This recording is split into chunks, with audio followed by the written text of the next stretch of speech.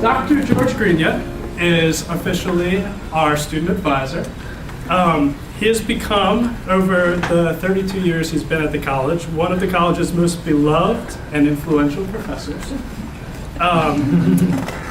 He specializes in the Spanish Middle Ages and has served 16 years as the director of William Mary's program in Medieval and Renaissance Studies. He's the editor of 2 prestigious academic journals on campus, and he spends the summers leading a group on a pilgrimage study at the Camino de Santiago pilgrimage? Right. Okay, I'm just in Spanish 101, so yeah, just learn it. And he has founded the first pilgrimage studies program in the entire nation at William & Mary. In 2007, by the order of the King of Spain, Don Carlos, Dr. Greenia received the Cross of Isabel the Catholic, the highest cultural honor bestowed on a foreign national. We're extremely, extremely honored to have Dr. Greenia here with us today. He is one of the leaders in gay rights on this campus, and he's already provided us with great contacts, and we look forward to his help and a great partnership. Thank you very much. Kristen, thank you for that introduction, which my father would be proud of and my mother would believe. Thank you. It's amazing to be here, especially thanks for bringing up the pilgrimage. You're all welcome to come with us on the Camino de Santiago, put on a backpack, and we're gonna walk your butts off. I used to walk a full 500 miles with students. Now we only do about 75. Dorothy came with me 2 years ago. Santiago's going to come with me next summer. He doesn't know it yet, but he's, you're all welcome to come on that adventure. And yes, I was knighted by the King of Spain, and I only bring it up because it comes with one honking piece of jewelry that I'll wear for your graduation and matriculation and all campus events, because those events are really all about costume and spectacle. And so bring them out, let's enjoy them. You guys deserve them. I'm not sure what I'm supposed to talk about tonight. So I brought you something from the archives. This is actually from 20 years ago. Just so you know how long we've been working on this for the president and vice president.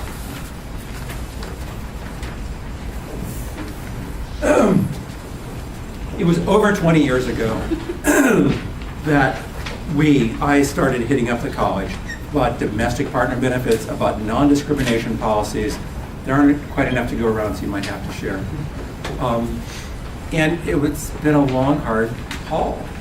I'll give you sort of the punchline from the beginning. And that simply is something that somebody told me when I was beaten back again by the Brafferton. Gee, that's a lot of alliteration. That civil rights movements never come at convenient times. That you can count on. If you're in a civil rights movement, people will tell you, you should really hold off. Back up for a while. Wait till the right moment. It's going to take a long time. We have to be gradualist about this, which is all true, but unless somebody breaks open the conversation and butts in and says something embarrassing in a public setting, and everything I said in public settings they found embarrassing, then nothing happens.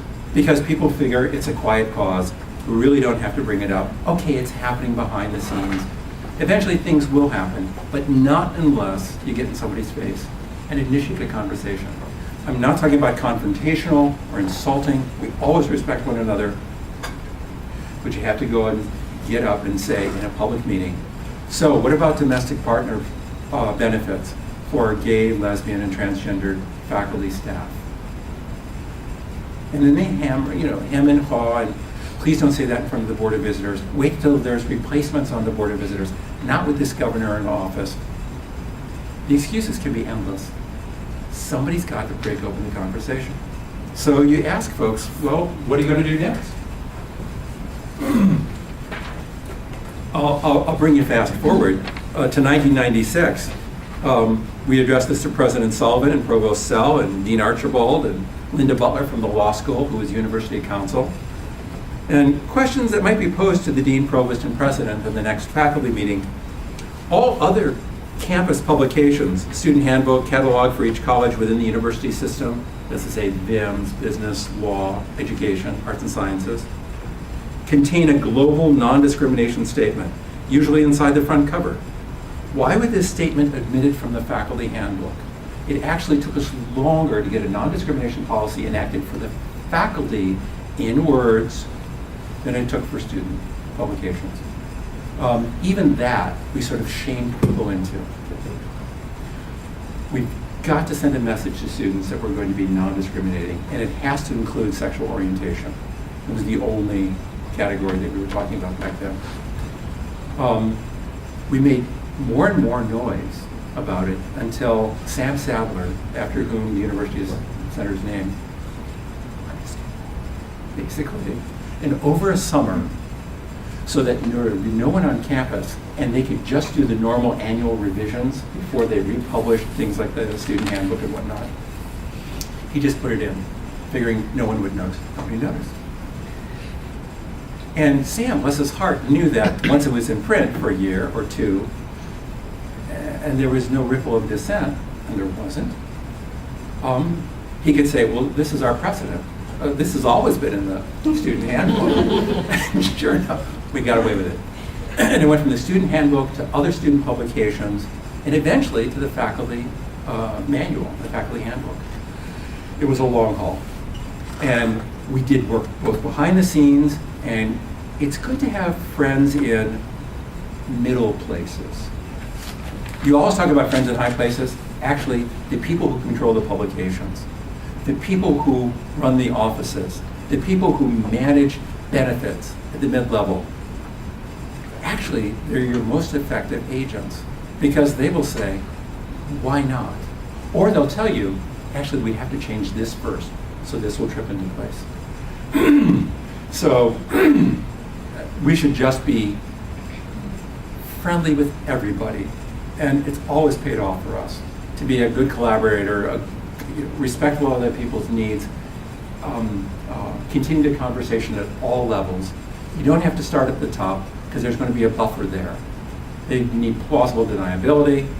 They need time to massage the Board of Visitors, the governor, the legislators in Richmond, and the General Assembly is not the most enlightened body in the world, I tell you. But we've always had good friends in middle places.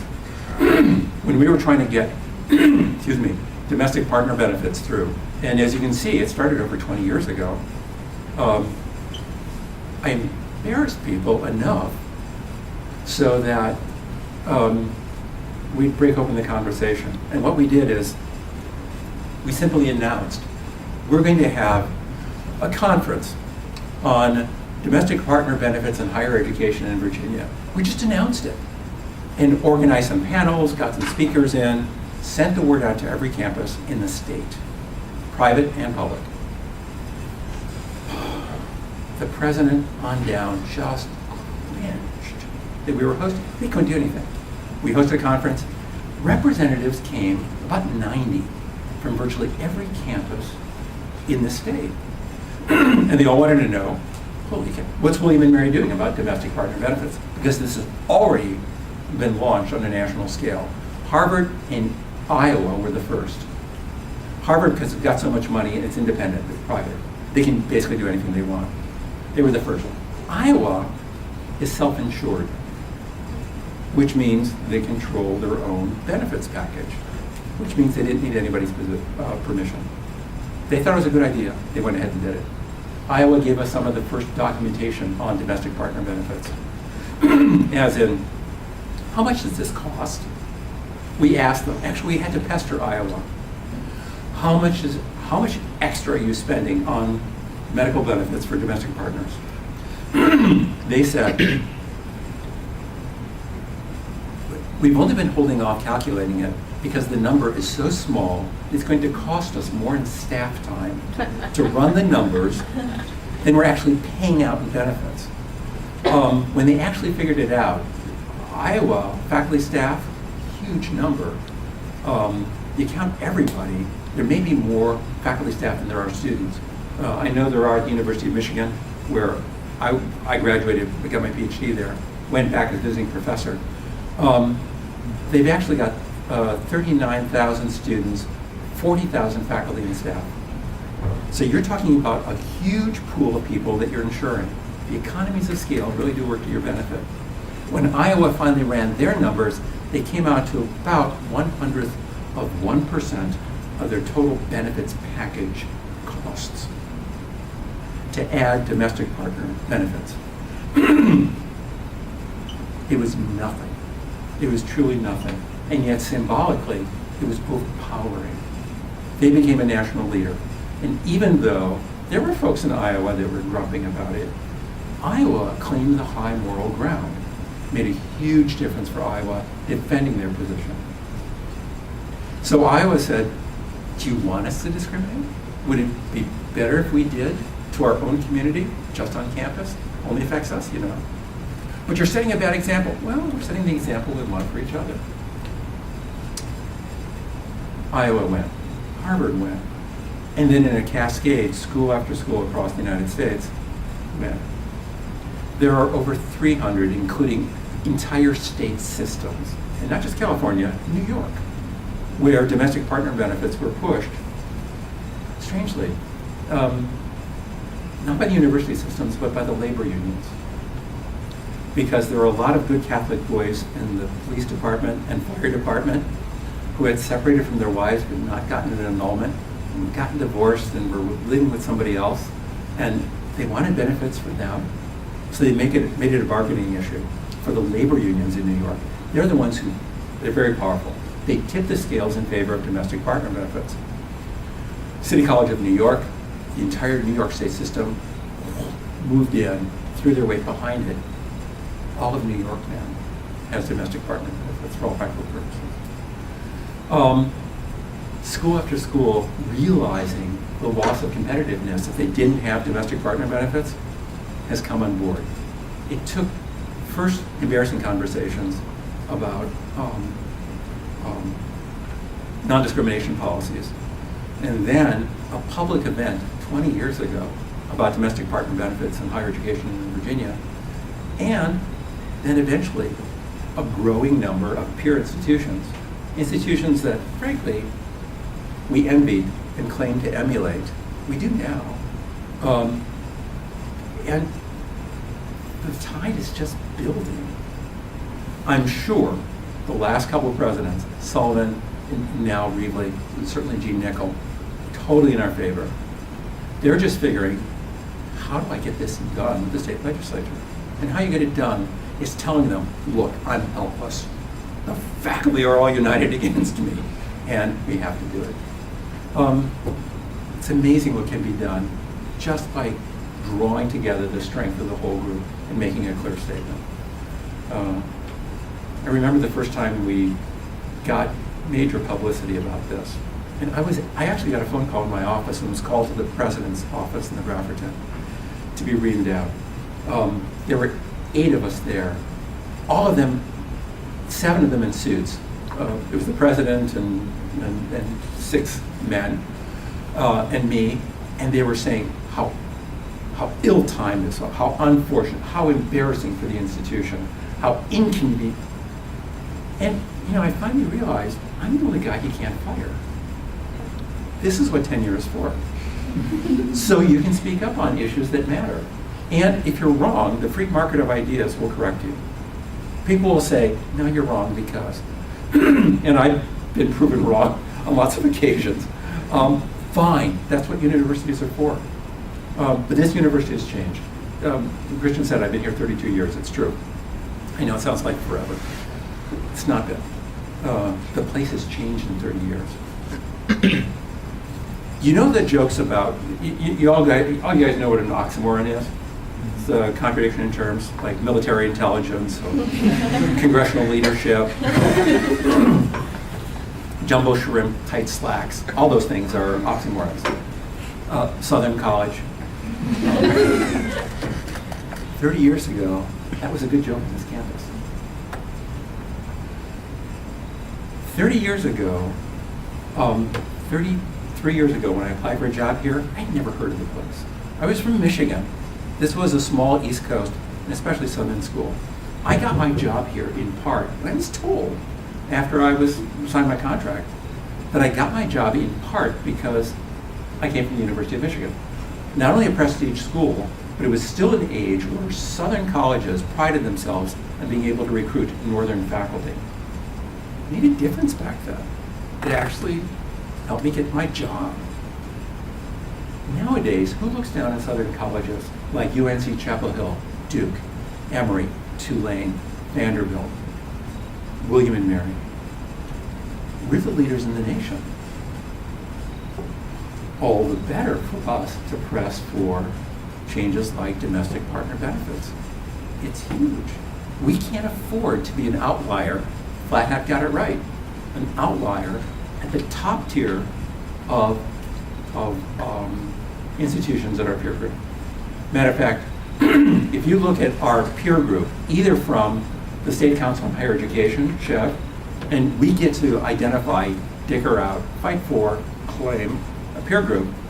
Last couple of provosts, this is where it happens, have identified, these are our peer institutions. And the State Council on Higher Education has to vet that, but okay, yes, they are peers. Real good for us, because one, we can say, our peer institutions pay this faculty at this rate, so should we. Our peer institutions provide financial aid for students at this rate, so should we. Our peer institutions provide domestic partner benefits, so should we. You look at our peer institutions either by U.S. News and World Report or by the State Council on Higher Education. Take the top 30, 40, how many do not offer domestic partner benefits?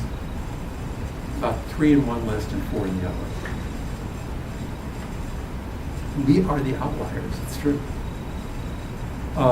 It's changing. You guys are changing. The conversation is much more open these days. I'm not called into the president's office, certainly not this president, not called into the president's office for bringing up things like domestic partner benefits.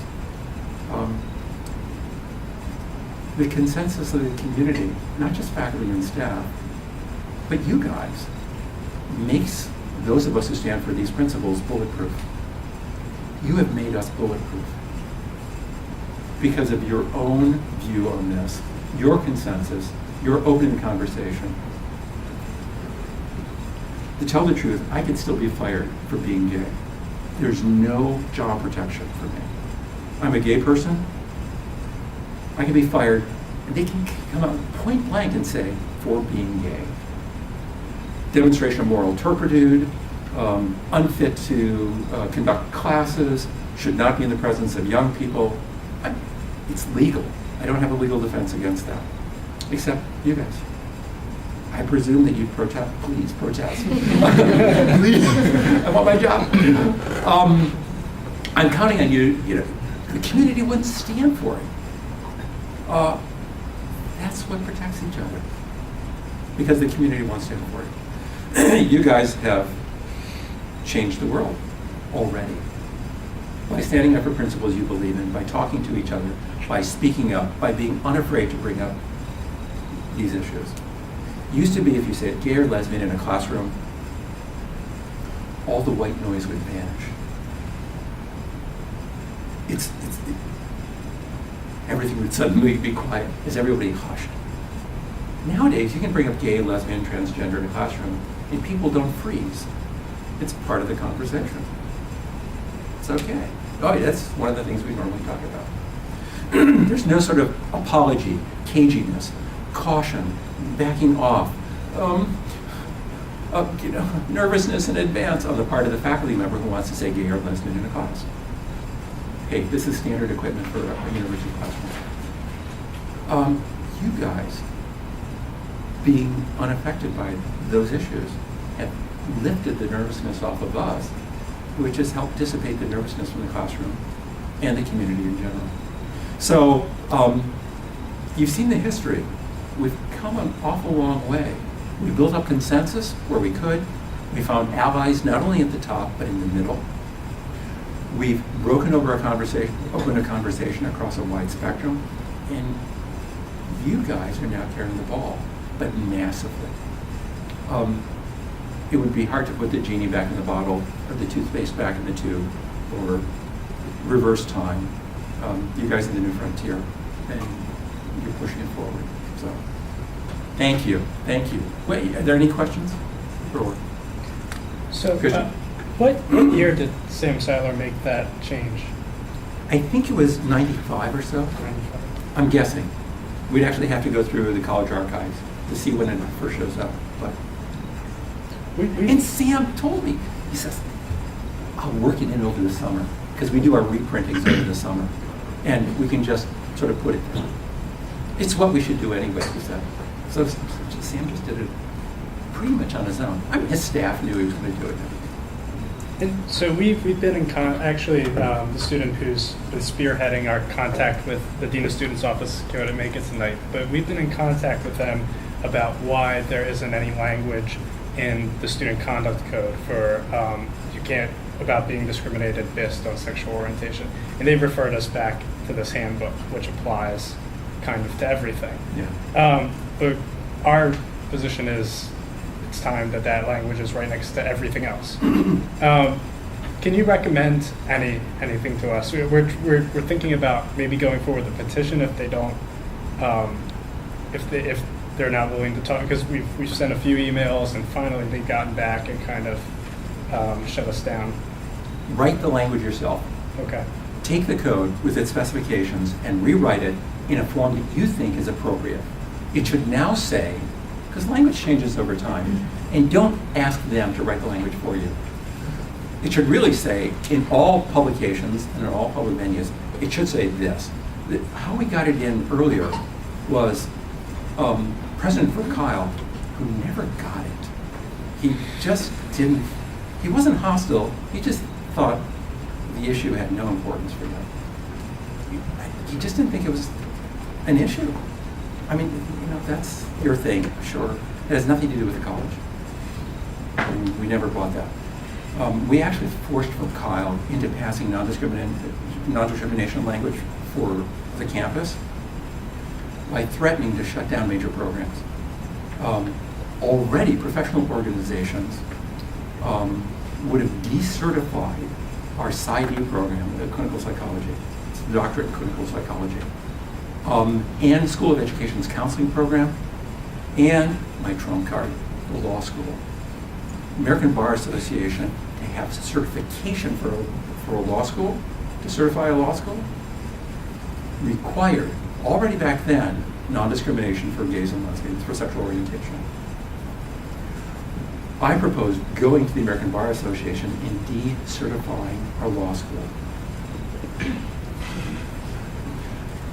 He gave in. He can't afford to have 3 doctoral programs, 3 graduate programs decertified. Sorry. It never went public. The first time it's going public. Never went public. He just knew that we've got this trump card that we can play when we need it. Never said anything about it. He backed off. He issued an interpretation saying that our non-discrimination policy, by the way, includes sexual orientation. That's a presidential determination. So that was how they tucked it aside. So it wouldn't have to, we could operate on these principles, but it wouldn't have to go into print with those words. He was trying to play both games. So, it's fine. I mean, it's one way to get there. And now we complete the process. I'm sorry. Somebody's going to say something? Yes. Okay. Go ahead and ask. Oh, okay. Christian, I've got to follow. So if we write that language, if we have it the way we think it should be, who do we take? In your experience, what is the best next step? I don't know if a petition right off the bat would be, but they are kind of not open to, don't seem very open to having this conversation with us. Oh, I would take the Ginger Amber. Ginger Amber? Yeah, take the Ginger. She's crazy on our side. But, I mean, part of the senior administrative staff. She's got to keep a straight face. She's got to look and be impartial. She's got to play nice with everybody, but she's crazy on her side. So she'll both coach us how to move it forward and tell us the best language that will satisfy anybody who might be ill at ease about certain terminology. And she'll tip us off reasonably that, this can't include this and this and this. Not at this time, but as a working principle. And friends in middle places, the only thing gays and lesbians don't have on this campus is medical coverage. If we want to sign up for the rec center as a couple, as a family, Linda Knight is going to let us sign up. I mean, she's one of us. If we want library cards, past 4 librarians in a row said, well, you'll get library cards for your family, for your spouse. They're a resident of the community. I mean, whatever they needed to do, we're fine. Daycare center, actually, it broadened the policy for everybody. Any college employee can put a kid in the waiting list, and of course, we can't handle all the kids who would like to use the daycare center. But any employee can put a kid in the waiting list. That means it doesn't have to be your biological child or even adopted child. It could be a niece or nephew that you're helping take care of. It could be a grandson or granddaughter. It could be the child that a gay or lesbian couple is taking care of. It broadened the policy for everybody, and that was terrific. So, and parking sticker, there's all sorts of stuff that we get. We get everything except domestic parking benefits because there's a price tag. Deb? Yeah. Yeah. Can you talk a little bit about what's going on in the faculty assembly now and what the next steps are? I've talked to Professor Grover a little bit about it, but I figure you know a little more than what I've gathered from her so far. I'm not sure all the moves that they're making right now. Professor Susan Grover is from the law school. She's currently the president of the faculty assembly. No, she's vice president of the faculty assembly. And she'll be coming in the next few weeks. I've contacted her. She's agreed to come on a Thursday evening, if that's okay. Yeah. Well, Which it's one going to be one of discuss our that? things that we'll discuss after. Susan Raitt from English is currently president of the faculty assembly. The faculty assembly does all 5 colleges here at William & Mary. And the presidency rotates among the colleges. So business, law, BIMS, education, arts and sciences. So Susan Raitt from Arts and Sciences is currently the president. The vice president who will succeed her is Susan Grover, who's also been affirmative action and university council. They're crazy on our side, which is great because they're trying to push this through so that, and they've been sending out feelers to other universities here in Virginia so that we have a united front to Richmond. Look, George Mason, VCU, Tech, UVA. UVA has always been an outlier, frankly, because they're full of themselves. I mean, not exactly. I mean, it's a wonderful place and good people, but they've always felt like they could act independently. And a lot of times they can, especially in this issue, because they have their own HMO. They've got certain latitudes having a university hospital there, which is fully owned by the university, that allows them to provide healthcare services with much more discrimination. We don't have that. Even if we pick up EVMS, it's a long way away. It's really for biological sciences that will enhance us. Susan Grover and Suzanne Raitt and others are building up a consensus among all the campuses in Virginia to move us forward on this. And it's the united front that really faces Richmond and tells Richmond, look, this sector of American industry, higher education, has changed. The entire automotive industry, again, because of union contracts, domestic partner benefits. Silicon Valley, computer manufacturing and software design, totally 100% domestic partner benefits. It's an industry standard. The world of finance, industry standard. They've all got it. This is another industry where, I'm sorry, it's become the industry standard. You're in this business, you give domestic partner benefits. I keep on seeing a gesture like, okay. Yeah. So with DOMA having been overturned, is there anything on the school, has there been any noise about any gay professors now that marriages are recognized on the federal level in states where gay marriage is legal, about professors leaving or because, I mean, it seems that's there's some huge benefits attached, even though I think some of the federal agencies are going to recognize the marriages no matter where they've taken place. But has there been any impact yet? That I know you've been here for a very long time and you have a strong connection to this college, and you've said that you wouldn't leave anyway. No, I wouldn't. There's a lot of us who are lifers. All right, we're not like other industries in this. There's almost no job you can have in America anymore where you stay for your entire career. Medicine, clergy, you probably exercise those professions for your entire lifespan, your working life, but at different places. This is the only place virtually left in America, maybe a small town post office, but in professional, but in professional life, at the top of your profession, it's an antique virtue, but institutional loyalty means something to us. You guys should be able to forge a bond with this university that's really your community. It's a sociological issue too, how American campuses are taking over for churches. Where do you have your long-term identity stake? It could be more at your alma mater than at your congregation. I mean, almost every campus in America now has some sort of scattering garden, a place to be buried. That's an innovation of the last decade, and it reflects how people have maybe a longer-term association with their campus than maybe with their church. It's a strange sort of development, and I appreciate it's also a donor cultivation move. If you staked out a place where your ashes will be scattered, you're more likely to leave a bequest. That sounds so craven. I don't think it is entirely. But it has its advantages. We have institutional loyalty. We're not going anyplace.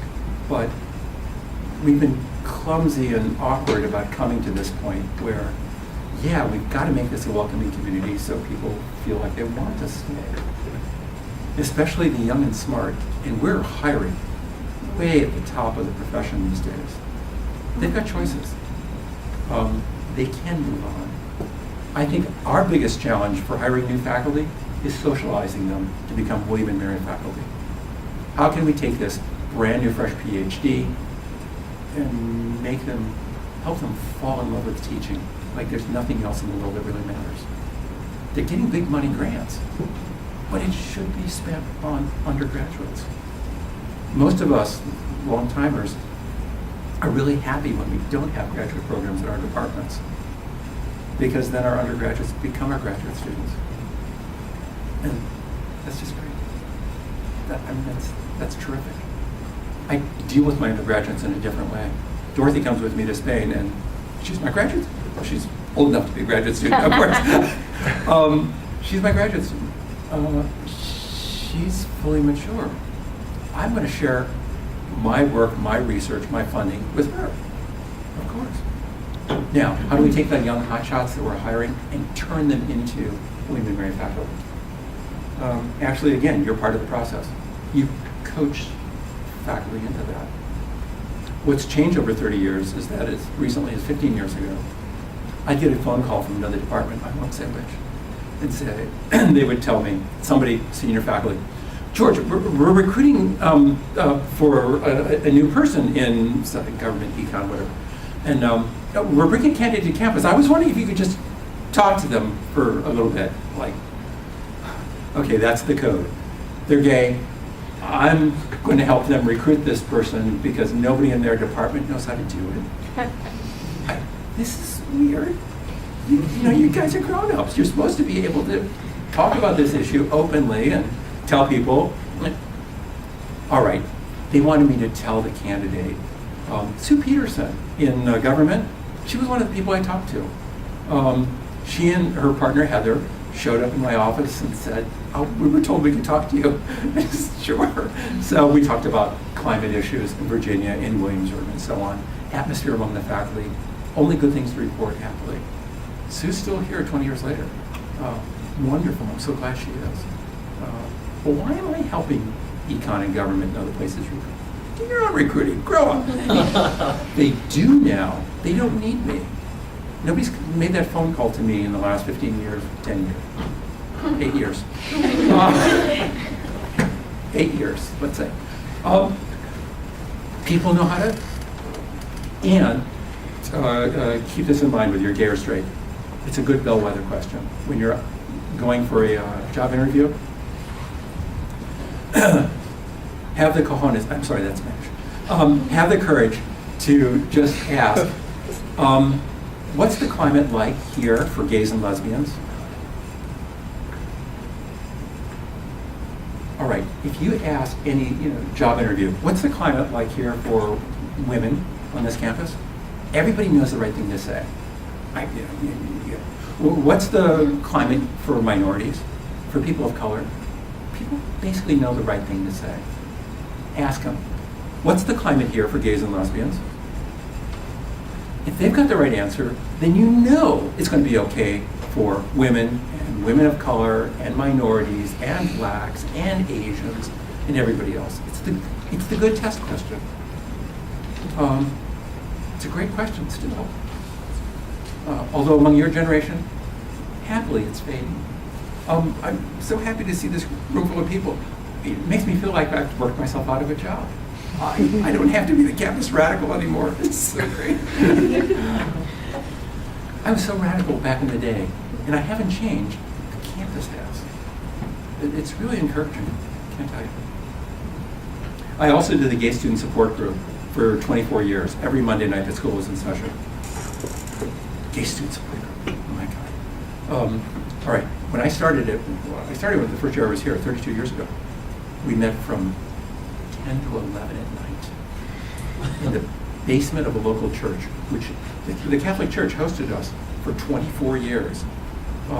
And there were a couple times when I showed up and the police had ringed the building with cars. And I showed up and identified myself as the faculty facilitator.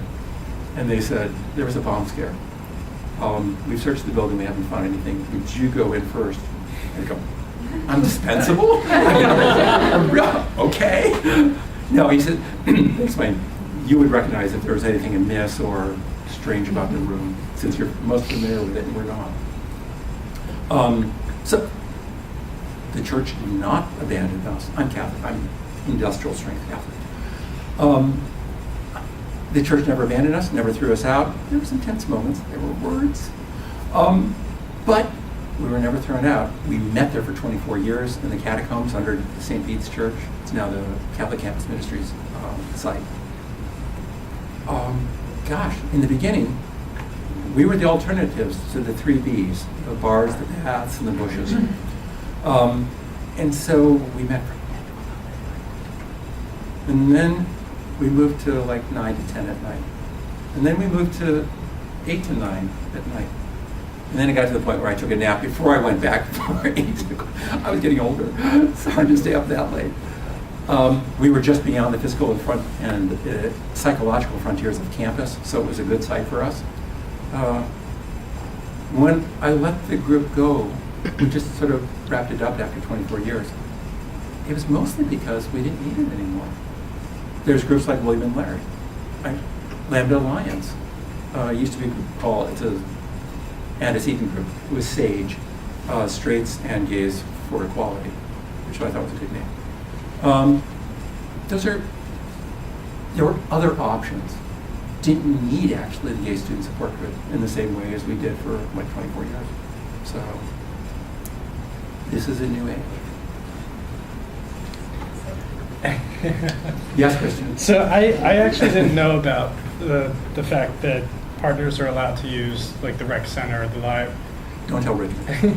Well, because the Flat Hat article that you were featured in, there's that there's two professors that use I think there are 4 criteria to measure which schools are LGBT friendly or not. And UVA, as opposed to William & Mary, does offer services to the rec center. Publicly announced services. We'll do it. We just don't print it anywhere. But with a president who's in favor of gay rights, why is it not official? In part because we want to settle on uniform language, that a boilerplate, which again, I would encourage you guys to write for us, that we could put uniformly, clearly. Because you don't want divisions around the campus making up their own policies. If we're going to do this together, we've got to do it right. We got to do it clean and uniform in every unit across the board. He doesn't want to do it piecemeal. Okay. And actually, Taylor is absolutely dead on in that. He's absolutely right. You don't do this with odd pieces. You've got to make sure that the whole campus agrees that we're going to use this language and it works like this. Frankly, we're waiting for the next elections.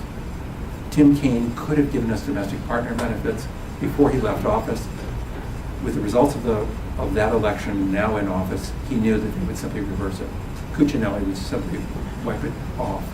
And it would have been probably harder to bring back in. Depending on how this election goes, I think we'll get domestic partner benefits across the board without causing a big ruckus. But boy, we're ready to move. As soon as we get the word from Richmond, we go. And that's the big change. It won't catch us by surprise. Yes, we know what to do. Thank you. And we roll out. At least that's. I think that's. You guys have business, right? Yes. Is there any other question? What size? The kids who sit in the front row are always. What size T-shirt do you wear for when we print up our T-shirts? I'll take a large. It's nice and bloomy for me. Yeah. Dorothy. Actually, I have a question about the climate of the Catholic campus ministry, if it was called that back when you were here, because currently in 2013, as recently as last week, they invited a guest speaker, a Father Mulaney, I think, but it was about same-sex relationships, and he reported that it's caused by how the child is raised, avoiding the parenting. He said the parents should not allow the child to come home and visit for Christmas, and if they do make that exception, make it clear to the other children. He talked about the groups, how the child could get fixed, and it's the third thing that was very upsetting. But that's the climate still in pockets here. In pockets. I belong to a very large church. There's 1.2 billion Catholics on the planet with an average education of 2nd grade. But things change. My church does not change quickly, but it does change. And it does change significantly. In the Middle Ages, there was a belief that a woman's soul was created inferior to a man's. It was actually it was going to be a boy child. It got its soul infused after 20 days. If it was going to be a girl, the soul didn't arrive on time. It arrived after 40 days, which means there was get this phrase, there was a double residual dose of animality. Isn't that great? That's why women can't be ordained priests. It's so medieval. The last time it appeared in print was in the 1906 edition of the Catholic Encyclopedia, printed here in the United States. What's it called again? A double residual dose of animality.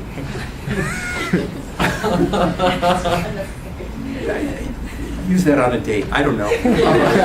You will. And yet,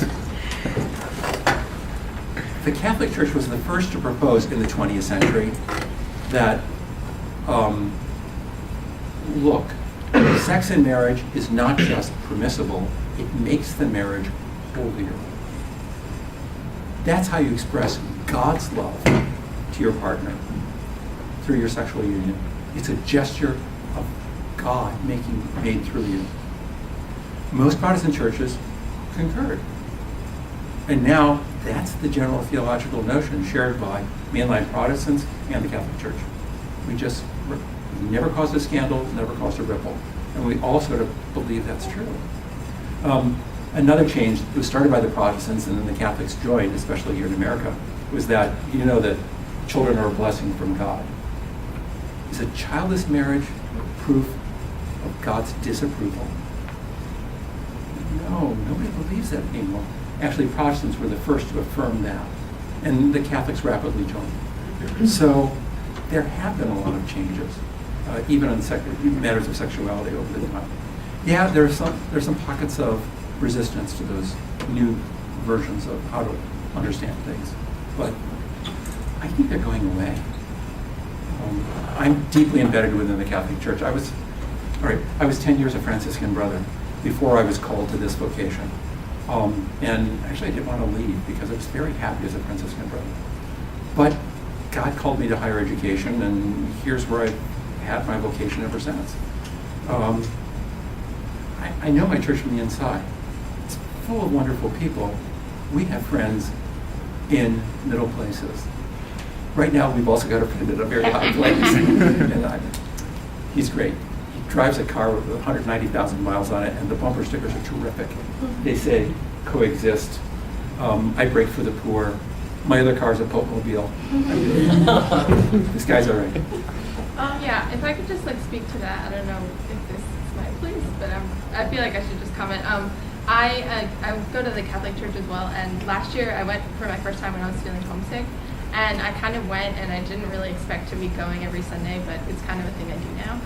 And I didn't do it at home, but I think what really attracted me to, it was Father Sean Price, I think. Prince. Yeah, Prince. Father Sean Price. And he basically, it was the first Mass of the year, and he was talking about, he basically, spoke for, gays and lesbians. He's like, love everyone. He's like, I don't care, what they do or who, and he just kind of gave this speech, and it was like, well, I came into this church thinking it was going to be a Southern church and very but I think the problem with or the views on the gay community comes from the other outside organizations that are associated with the church, student-run organizations, things of that nature. So I think, I don't know, that's just kind of I'll close with, I want to go home to my spouse. Tom Wood, MD. We've been together for 27 and a half years. 25 years ago this coming March, spring break, we got married in the Wren Chapel. I didn't ask anybody's permission. I'm a faculty member. I reserved it for a wedding. I had a wedding. We had 6 priests, 3 Catholic for my side, 3 Episcopalians for Tom. 5 of the 6 were gay. Our families came, our colleagues came, our moms and dads came, both mothers cried. This is what we call in literary studies, traditional text, subversive subtext. We know why they were crying. Oh my God. Don't wait for permission. Go ahead and live your life. I've now married him 3 times, actually. We were married in the Wren Chapel. 9 years ago, we were civil unionized in Vermont. And then we got married in Massachusetts 3 years ago. I told him, I married you 3 times, I won't marry you again. But 27 and a half years. You guys, I hope we'll be married even longer. And to partner of your choice. Thank you.